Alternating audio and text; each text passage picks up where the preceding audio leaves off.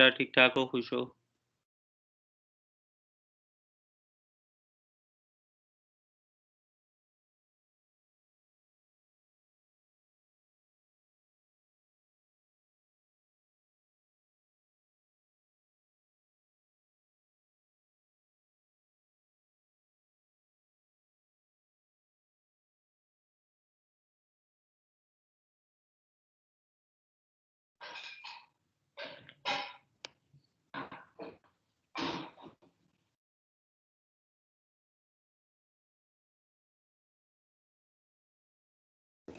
जी sir, अल्हम्दुलिल्लाह ठीक ठाक।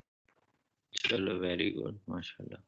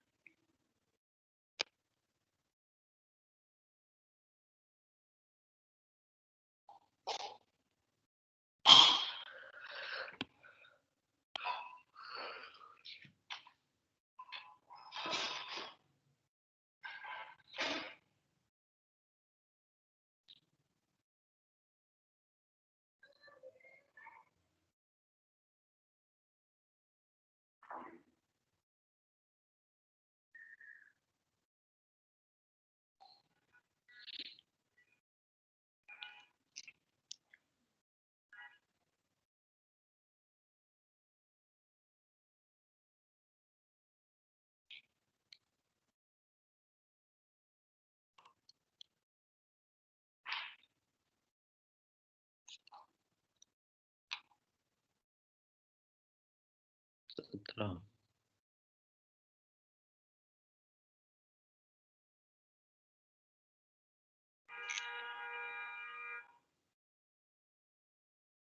जी बेटा, कोई क्लास हो रही है अभी?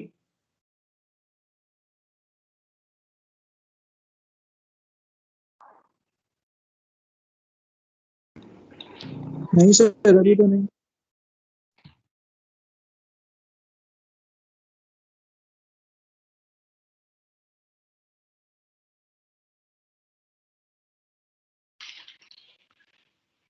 अच्छा, फिर लोग देर लगा रहे हैं आने में, खैरियत है?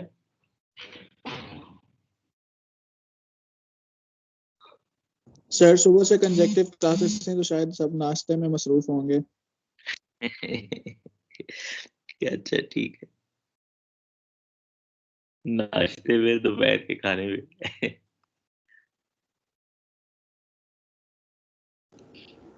सर वो टाइम ही अब मिलता है नाश्ते का सर, 11 बजे के बाद। चलो कोई नहीं, मेरा भी अभी यही हाल है। मैं भी अभी खाली बैठा हुआ। सर आप भी कराएं नाश्ता। नहीं, बस क्लास खत्म हो जाए फिर उसके बाद करते हैं नाश्ता।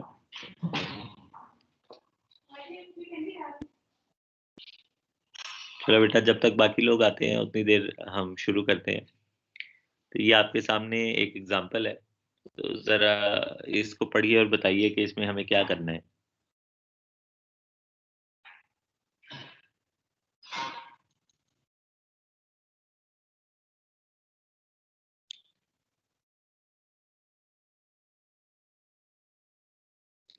एक रीजन है जिसमें उन्होंने हमारे लिए डिफाइन कर दिया कि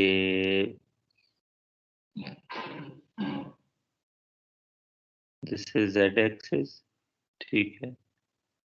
तो what he is saying is के 0 से लेके z is equal to 2 metre, assume कर लेंगे 2 मीटर है। तो एक इन्फिनिट स्लैब है, एक्स वाई प्लेन में पड़ा हुआ, ठीक है। और इसके अंदर जो मैग्नेटिक फ्लक्स डेंसिटी फ्लो कर रही है, अगेन इस मीडियम के अंदर, ठीक है, एक्स वाई प्लेन में, एक्स ए वाई। और जो रिलेटिव परमिएबिलिटी है हमारे पास, म्यू आर, दैट इज 2.5। तो ये कह रहे हैं कि जी आप डिटरमिन कीजिए जे, जे बी और एम और के बी, ठीक है। किस जगह पे? At z is equal to 0। ठीक है, क्योंकि ये सरफेस है तो at z is equal to 0 is this surface. ठीक है, तो हमने ये डिटरमिन करना है। अब हमारे पास जो कुछ फॉर्मूलाज हैं प्रीवियसली, वो कुछ ये हैं, del cross H, del cross M,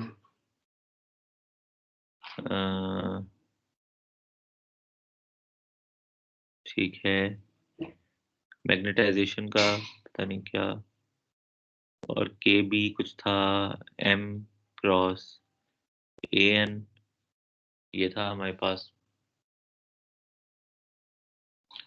ये हमें पता करना है कि एम कैसे निकलेगा। तो जरा देखिए, क्या आपको क्या समझ लगती है ये कैसे निकलेगा, क्या करेंगे हम?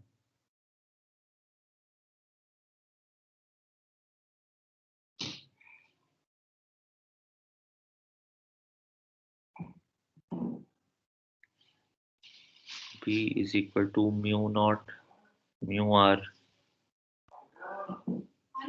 h। ठीक है, तो h is equal to b mu naught mu r। तो यहाँ से लास्ट आई थिंक यहाँ से हमारे पास h निकल आएगा, और पार्ट नंबर ए जो है वो हमारा हो जाए पूरा। अब एम हमने निकालना है। एम के लिए क्या करेंगे हम?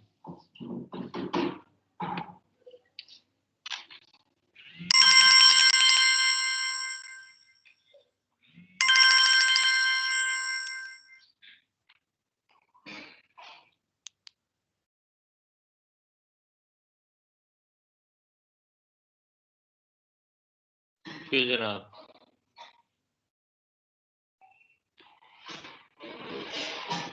कुछ ज़हन में आ रहा है आपके? एम कैसे डिटरमिन होगा?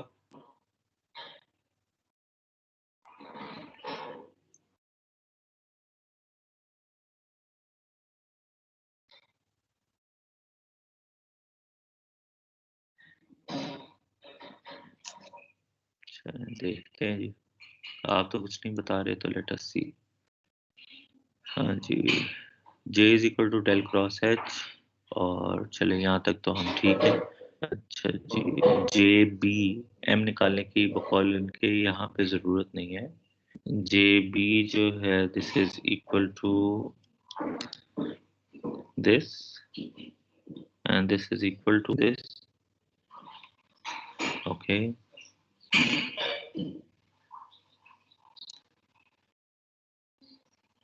ठीक है।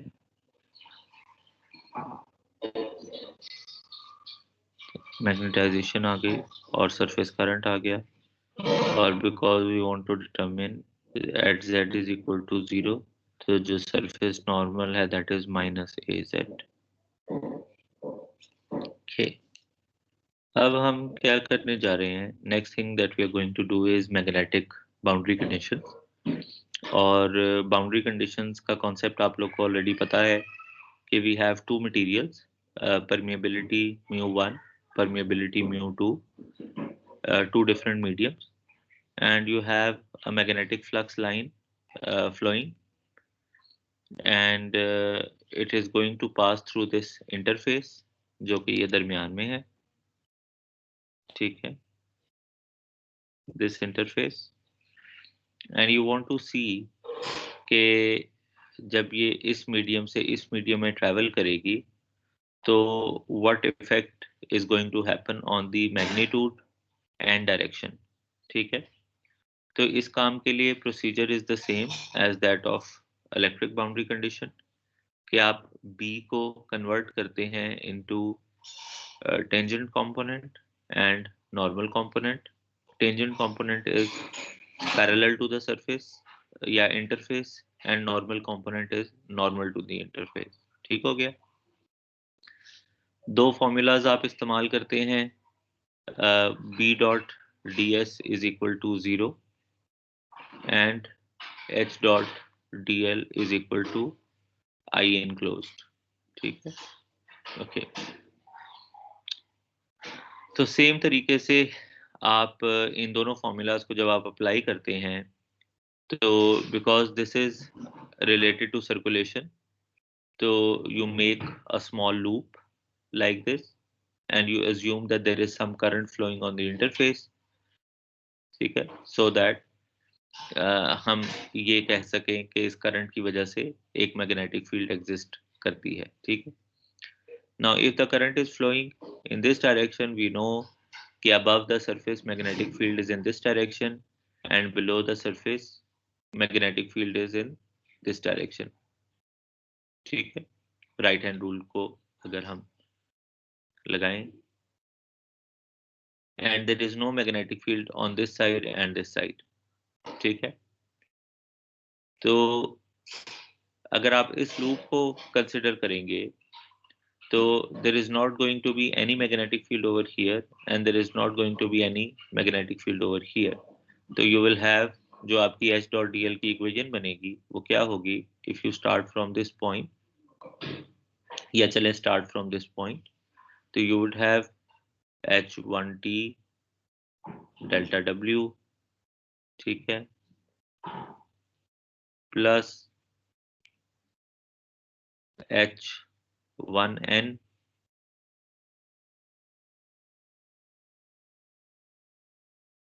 माइनस डेल्टा H बाई 2, क्योंकि आप नीचे आ रहे हैं, फिर H2n minus delta H by 2, इसी तरह आप वापस आएंगे H2t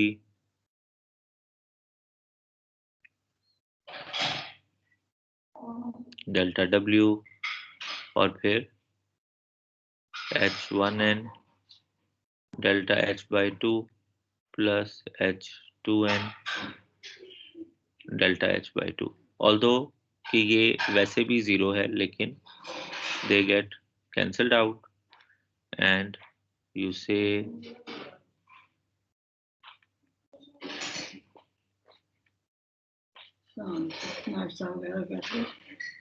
ठीक है। तो यहाँ पे you have current over here, so if the current is zero, क्योंकि आपने शुरू में इसको सिर्फ इसलिए एक assumption के तौर पे लिया था so that you can justify this loop, लेकिन अभी क्योंकि there is already magnetic field flowing, so if this value is equal to zero, तो you know कि tangent component of magnetic field is continuous, ठीक है, along the interface, ठीक है। और जो दूसरा काम है उसमें B dot ds is equal to zero, तो you have two surfaces, one is this one, the other one is this one, and both are related to the normal component, ठीक है। तो वहां से we will get to know कि जो normal component है that is continuous of flux density, ठीक है, लेकिन जो normal component of field intensity है दैट इज डिसकंटिन्यूअस। लेकिन जो लूप है यहाँ से, जो फिगर नंबर 2 है, यहाँ से वी गेट टू नो कि टेंजेंट कंपोनेंट अगर ये वैल्यू इज इक्वल टू 0 हो तो टेंजेंट कंपोनेंट इज कंटिन्यूअस, ठीक है, लेकिन जो मैग्नेटिक फील्ड फ्लक्स डेंसिटी का जो कंपोनेंट है दैट इज डिसकंटिन्यूअस, ठीक है, when it comes to tangent component. तो अब हम क्या करते हैं, if we define these angles theta 1 and theta 2 which are from the surface normal to our magnetic field, तो हम इन components को जो normal है और जो tangent है इसको हम cos और sin में break कर लेते हैं, ठीक है। और जब हम इन equations को आपस में देखते हैं तो we get that tangent of theta 1 and tangent of theta 2, यानी ये जो दोनों की जो slope है उसका ratio is actually equivalent to permeability of two materials, ठीक हो गया, is the permeability of two materials। तो this is again refraction of magnetic flux lines. Previously हम मैग्नेटिक फील्ड लाइंस की जो रिफ्रैक्शन है उसको हम देख चुके हैं। एंड नाउ अगेन स्पेसिफिकली यहाँ पे हाईलाइट किया हुआ है कि this is with no surface current. ठीक है, अगर सरफेस करंट आएगा तो equation will be a little different, then we will use this equation. ठीक है, तो उसका मतलब ये होगा कि ऑलरेडी एक मैग्नेटिक फील्ड यहाँ से आ रही है, लेकिन सरफेस के ऊपर कुछ करंट है, तो जो ये कंपोनेंट होगा उसमें ये वाला इफेक्ट भी आ रहा होगा, और फर्दर ऑन इसकी वजह से जो मैग्नेटिक फील्ड आ रही होगी मजीद उसकी वजह से कुछ डिस्टरबेंस क्रिएट हो रही होगी।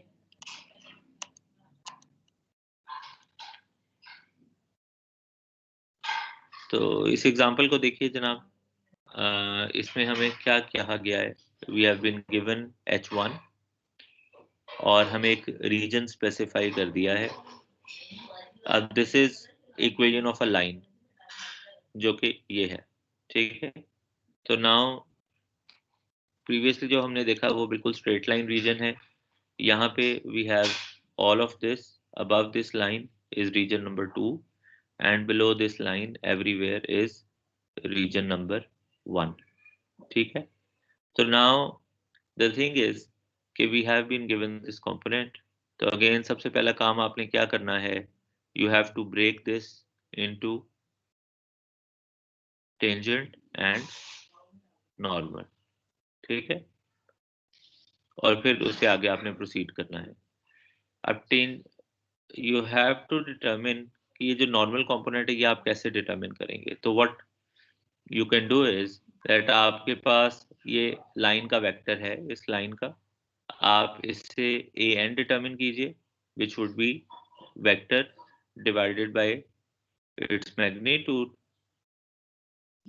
ठीक है, और फिर जब इसका यूनिट वेक्टर का आप डॉट प्रोडक्ट लेंगे विद दिस वन, तो आपके पास H1n आ जाएगा। ठीक, so this is how it is if you look at it।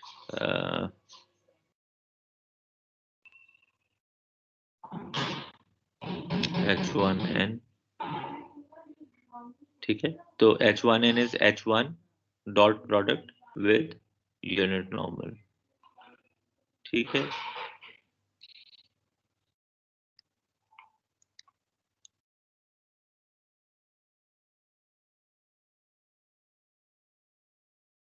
Okay जी।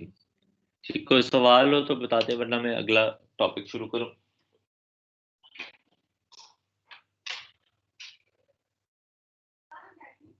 जी जनाब, कोई सवाल है तो बता दें।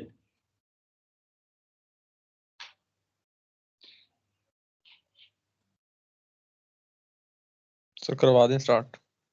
ठीक है, ओके ओके। जो अगली चीज हम देखने जा रहे हैं दैट इज इंडक्टर्स एंड इंडक्टेंसेस। ठीक है, तो जो इंडक्टर्स हैं या इंडक्टेंस है, ये एक ऐसा फिनोमेना है जो तब आता है अगर मैग्नेटिक फील्ड या मैग्नेटिक फ्लक्स किसी भी सर्किट को कट करती है। ठीक है, व्हेन वी से कि किसी भी सर्किट को कट करती है, तो इसका मतलब ये होगा कि किसी भी करंट कैरिंग कंडक्टर को कट करती है। ठीक है, तो जनरली आप देखें कि हमारे पास जो इंडक्टर होता है उसमें एक ही सर्किट होता है। ठीक है, मसलन अगर आपसे कोई भी पूछे कि एक इंडक्टर क्या है, आप उसको ड्रॉ करें, तो I think you will make this shape, right. एक ऐसे जो स्पाइरल शेप है, this is an inductor, right. Okay, इसको आप कंपेयर करें एक स्ट्रेट वायर से। यहाँ पे भी करंट फ्लो कर रहा है आई, और यहाँ पे भी करंट फ्लो कर रहा है आई। ठीक है, अगर आप इसको देखें तो इसकी वजह से एक मैग्नेटिक फील्ड है,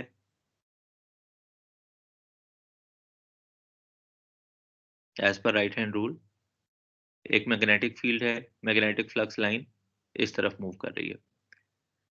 क्या ये जो मैग्नेटिक फ्लक्स लाइन है इस प्राइमरी सर्किट को कट कर रही है किसी भी पॉइंट पे?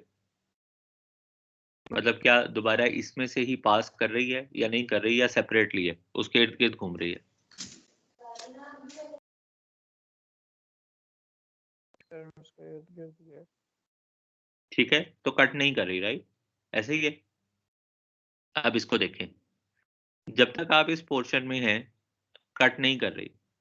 जब करंट इस डायरेक्शन में आ गया तो मैग्नेटिक फील्ड लाइन इस तरह से आ गई, H और B। अब इसमें बताइए, इज इट कटिंग इट और not? Yes sir, it's cutting it. ठीक है ना, अब ये इसको कट कर रही है और हर पॉइंट के ऊपर जब तक दोबारा से करंट यहां नहीं आ जाता it will keep on cutting it. ठीक है, तो जहां पे भी मैग्नेटिक फील्ड लाइन, किसी भी ऐसी सर्किटल अरेंजमेंट जिसमें मैग्नेटिक फील्ड लाइन या मैग्नेटिक फ्लक्स लाइन अपने ही आप में से पास कर रही हो, दोबारा से अपने ही आप से इंटरेक्ट कर रही हो या अपने ही आप को कट कर रही हो, तो हम कहते हैं कि वहां पे इंडक्टेंस क्रिएट हो रही है, या ऐसे सर्किटल अरेंजमेंट को हम कहेंगे कि ये एक इंडक्टर है। ठीक है, तो this is the phenomena of inductance. ठीक है, तो नाउ व्हाट हैपेंस इज, इसी चीज को, ये जो मैंने यहाँ पे बनाया है आपके साथ, इसको in order to show the direction of current, let us connect it with the power supply as shown like this over here। ठीक है,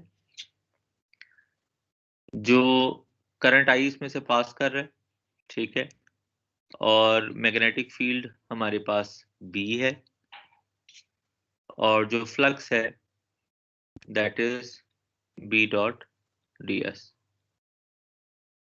ठीक है, और हमारे पास जो नंबर ऑफ टर्न्स हैं इसकी दैट इज n टर्न्स। ठीक है, हम एक टर्म डिफाइन करते हैं which is called flux linkage. ठीक है, similar to lambda, not actually lambda, lambda is generally this direction. तो we define a term which is called flux linkage, और उसकी वैल्यू है n psi, where psi is the flux and n is the number of turns। ठीक है, जो कि यहाँ पे मेंशन किया हुआ। तो higher is the flux linkage, more is the inductance। Flux linkage is going to be directly proportional to current, because जितनी ज्यादा करंट की वैल्यू होगी उतनी ज्यादा फ्लक्स की वैल्यू होगी। ठीक है, जितनी ज्यादा करंट की वैल्यू होगी उतनी ज्यादा फ्लक्स की वैल्यू होगी, और उतनी ही ज्यादा फ्लक्स लिंकेज की वैल्यू होगी। तो if this flux linkage is proportional to I, directly proportional, तो constant of proportionality is L। ठीक है, L times I, and IL is therefore flux linkage over I n times psi over I। This is our inductance। ठीक है,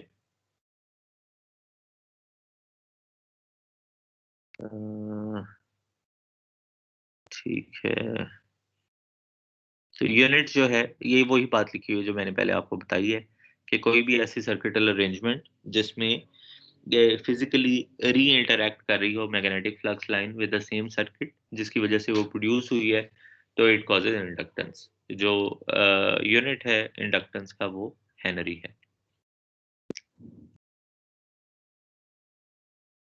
तो इसको हम, इस phenomena को हम कहते हैं सेल्फ इंडक्टेंस, जहाँ पे जो सेम सर्किट के साथ हम बात करें। ठीक है, तो सेल्फ इंडक्टेंस को हम डिस्टिंग्विश करते हैं किससे? अब ये वाला सर्किट देखिए, ये अरेंजमेंट देखिए जहां पे हमारे पास एक से ज्यादा सर्किट्स हैं।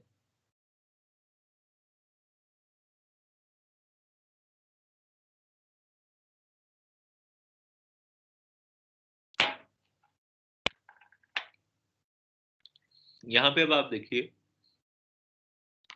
कि करंट नंबर, सर्किट नंबर 1 जो है, इसकी वजह से जो फ्लक्स प्रोड्यूस हो रहा है ये ना सिर्फ सेम सर्किट को कट आउट कर रहा है, बल्कि जो फ्लक्स लाइंस हैं वो दूसरे सर्किट के साथ भी इंटरेक्ट कर रही हैं, सर्किट नंबर 2 के साथ भी इंटरेक्ट कर रही हैं. तो we have two types of fluxes. This one, which is with the same circuit, and this one, which is from circuit number 1 to circuit number 2. और अगर इसके पर्सपेक्टिव से देखें, ठीक है, तो अब ये दोनों would be the same, ठीक है, क्योंकि ये दोनों I1 और I2 के इंटरेक्शन की वजह से प्रोड्यूस हो रही हैं, या number of turns over here N1 और N2 की वजह से प्रोड्यूस हो रही हैं. ठीक, ओके. इंडक्टेंस को या इंडक्टर को उसको किस पर्सपेक्टिव में हम अंडरस्टैंड करने की जरूरत है, वो इस पर्सपेक्टिव में कि हमें अभी तक ये पता है कि कोई भी इंडक्टर जो है वो करंट स्टोरिंग डिवाइस है. ठीक है, अब हमें नजर आ रहा है कि जब करंट फ्लो कर रहा है तो उसकी वजह से मैग्नेटिक फील्ड है. तो अगर करंट स्टोर हो रहा है तो इसका मतलब है कि जो इंडक्टर है वो मैग्नेटिक एनर्जी को भी स्टोर कर सकता है. ठीक है, और जो मैग्नेटिक एनर्जी है that is related with this formula 1/2 Li square. ठीक,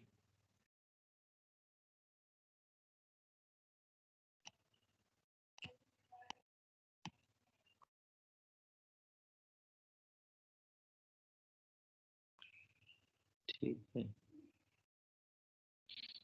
तो जो इन दोनों का इंटरेक्शन है, जिस तरह प्रीवियसली हमारे पास सेल्फ इंडक्टेंस थी, तो अब इन दोनों के इंटरेक्शन की वजह से जो इंडक्टेंस क्रिएट हो रही है, दिस इज म्यूचुअल इंडक्टेंस. ठीक है, M12 भी म्यूचुअल इंडक्टेंस है, M21 भी म्यूचुअल इंडक्टेंस है. ठीक है, if you look at it, M12 current number 2 की वजह से सर्किट नंबर 1 के ऊपर. ठीक है, तो number of turns of 1 magnetic field of circuit number 2 and because of the magnetic field of circuit number 2.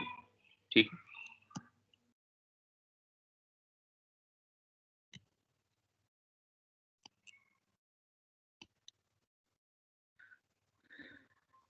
तो अब हमारे पास दो तरह की इंडक्टेंसेस होंगी. हमारे पास दो सेल्फ इंडक्टेंसेस होंगी जो कि L1 और L2 होंगी, और फिर हमारे पास दो म्यूचुअल इंडक्टेंसेस होंगी, ईदर M12 या M21.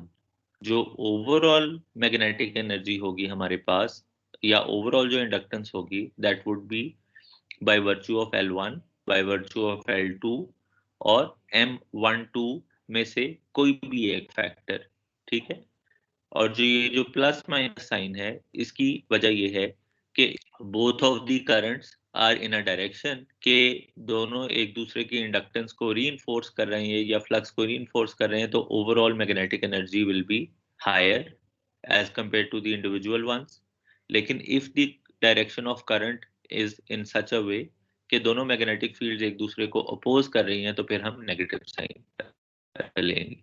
ठीक है, तो हमारे पास डिफरेंट नेचुरल सर्किटल अरेंजमेंट्स हैं जिनके अंदर इंडक्टेंस का फॉर्मूला मौजूद होता है, या इंडक्टेंस का फिनोमेना मौजूद होता है. और उसमें क्या है, हमारे पास टॉरॉइड्स हैं, हमारे पास सोलेनॉइड, हमारे पास कोएक्सियल ट्रांसमिशन लाइंस हैं, हमारे पास parallel wire transmission line.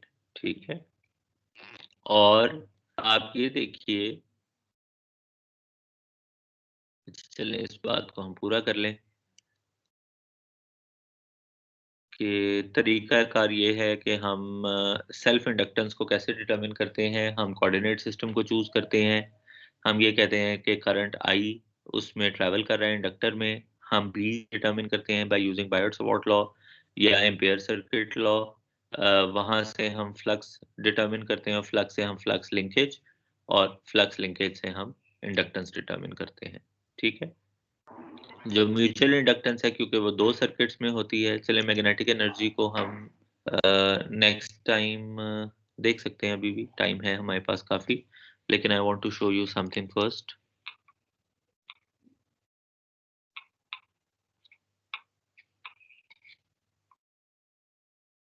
Have a look at it. If you look at it, this is a single wire, ठीक है, और इसके अंदर ये इसकी सेल्फ इंडक्टेंस है. This is a hollow cylinder, ये इसकी सेल्फ इंडक्टेंस है. टू वायर्स, दो पैरेलल वायर्स, ये इसकी इंडक्टेंस है. ठीक है. कोएक्सियल ट्रांसमिशन लाइन या कोएक्सियल कंडक्टर, इसके अंदर करंट है, इसके अंदर नेगेटिव करंट है, इसकी मैग्नेटिक फील्ड इसके साथ इंटरेक्ट कर रही है, इसकी इंडक्टेंस है. ठीक है. सर्कुलर लूप की, सोलेनॉइड की, टॉरॉइड, शीट, ठीक है, तो सारों की, हर सर्किट की कुछ ना कुछ इंडक्टेंस है अपनी जगह पे. ओके.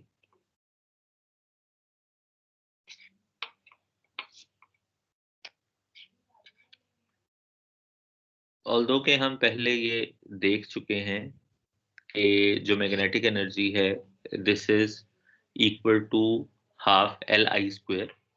लेकिन now we want to see कि अच्छा, if we do not know how much inductance we have, तो देन क्या कोई और तरीकाकार है जिसकी मदद से हम मैग्नेटिक एनर्जी को डिटरमिन कर सकें. तो लेट अस सी. तो से for example that you have these two sheets, ठीक है, and they are making a transmission line. और यहाँ पे एक शीट में करंट इस तरफ ट्रैवल कर रहा है और एक शीट में करंट इस तरफ ट्रैवल कर रहा है. अगर आप राइट हैंड रूल को अप्लाई करें तो जितनी भी मैग्नेटिक फील्ड होगी that will be confined within this region. ठीक है.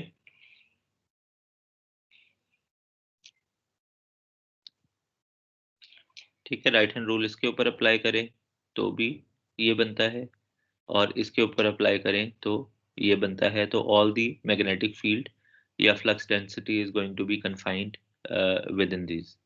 ठीक है. नाउ अब if you want to determine कि इस अरेंजमेंट में या इस बॉक्स में इन दोनों प्लेट्स के दरमियान में कितनी मैग्नेटिक एनर्जी स्टोर हो सकती है, तो उसके दो तरीके हैं. एक तरीका तो ये है कि हमें करंट की वैल्यू का पता है, हमें ये पता चल जाए कि इसके अंदर कितनी इंडक्टेंस है, और अगर हमें ये पता चल जाए तो फिर हम मैग्नेटिक एनर्जी डिटरमिन कर लेंगे. ठीक है. अब ना सिर्फ हमें सेल्फ इंडक्टेंस डिटरमिन करनी होगी, हमें म्यूचुअल इंडक्टेंस भी डिटरमिन करनी होगी. तो let us see if we can do something else about it, if we have a simpler way of doing it.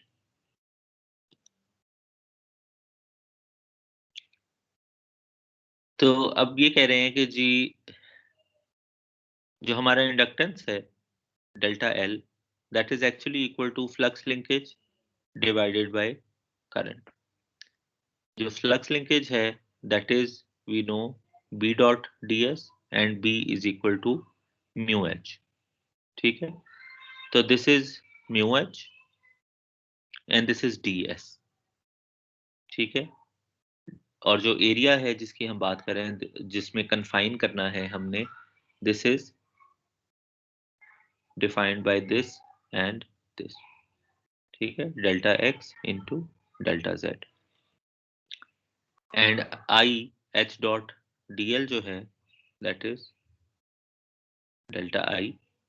तो H is in this direction, y की direction में. ठीक है. तो H dot delta y is equal to delta I. जब हम ये सारी चीजें इसमें सब्स्टिट्यूट करते हैं, तो this is what we gate.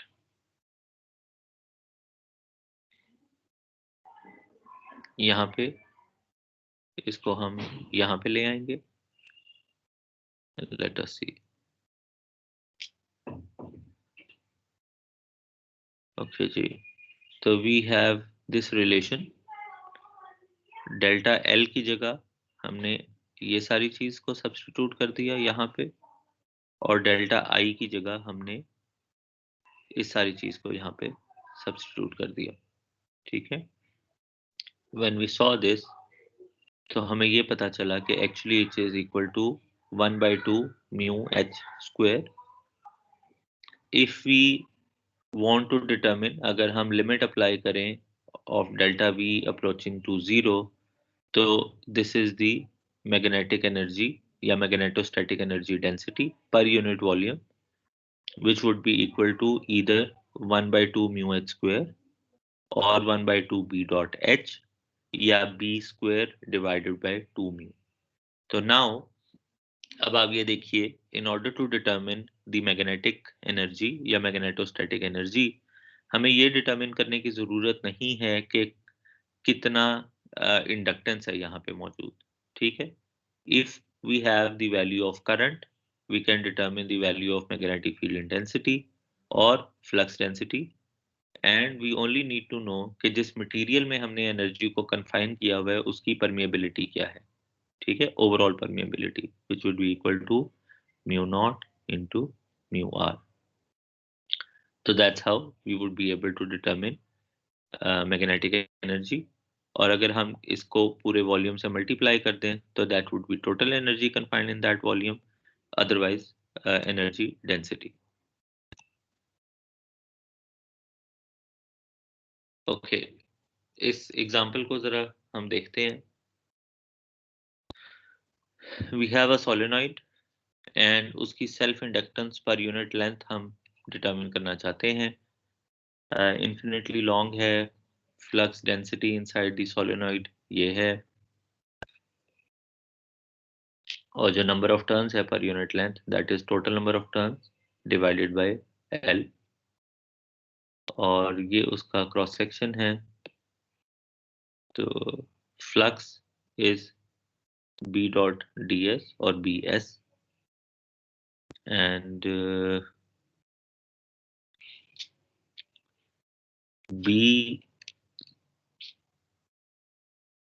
B is equal to mu h, and जो h है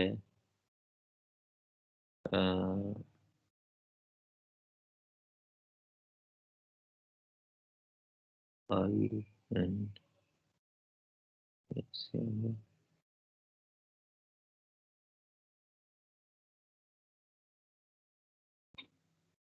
h dot dl is equal to I enclosed. ठीक है, तो h l is equal to I, and क्योंकि हम पर यूनिट लेंथ की बात कर रहे हैं तो number of turns per unit length, तो इसलिए हम यहाँ पे if we have in, h is equal to in. So this is our flux. तो यहाँ से हम फ्लक्स लिंकेज में आ गए पर यूनिट लेंथ, एंड यहाँ से हम इंडक्टेंस पे आ गए. तो this is the inductance of a solenoid. इस एग्जांपल को देखिए, we have two magnetic dipoles या टू लूप्स, और हम डिटरमिन करना चाहते हैं म्यूचुअल इंडक्टेंस. ठीक है, जो म्यूचुअल इंडक्टेंस थी that was psi 1 2 I2. I think this was the relation.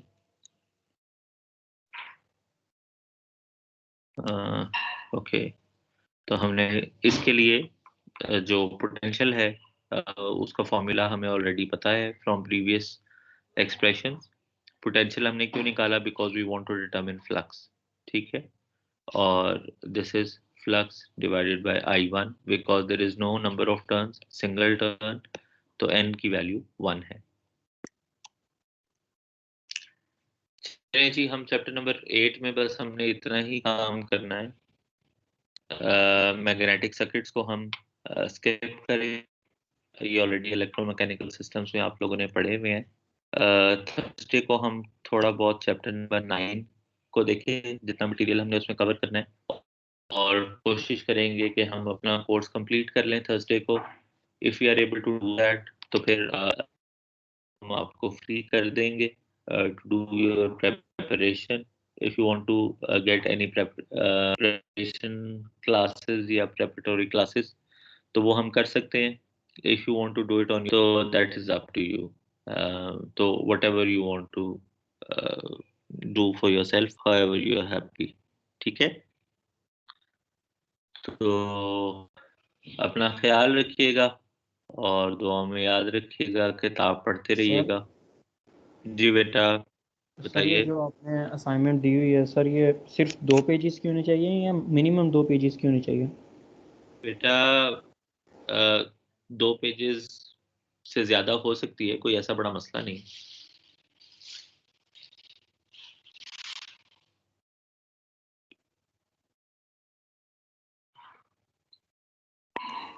ठीक है सर. ओके. ओके.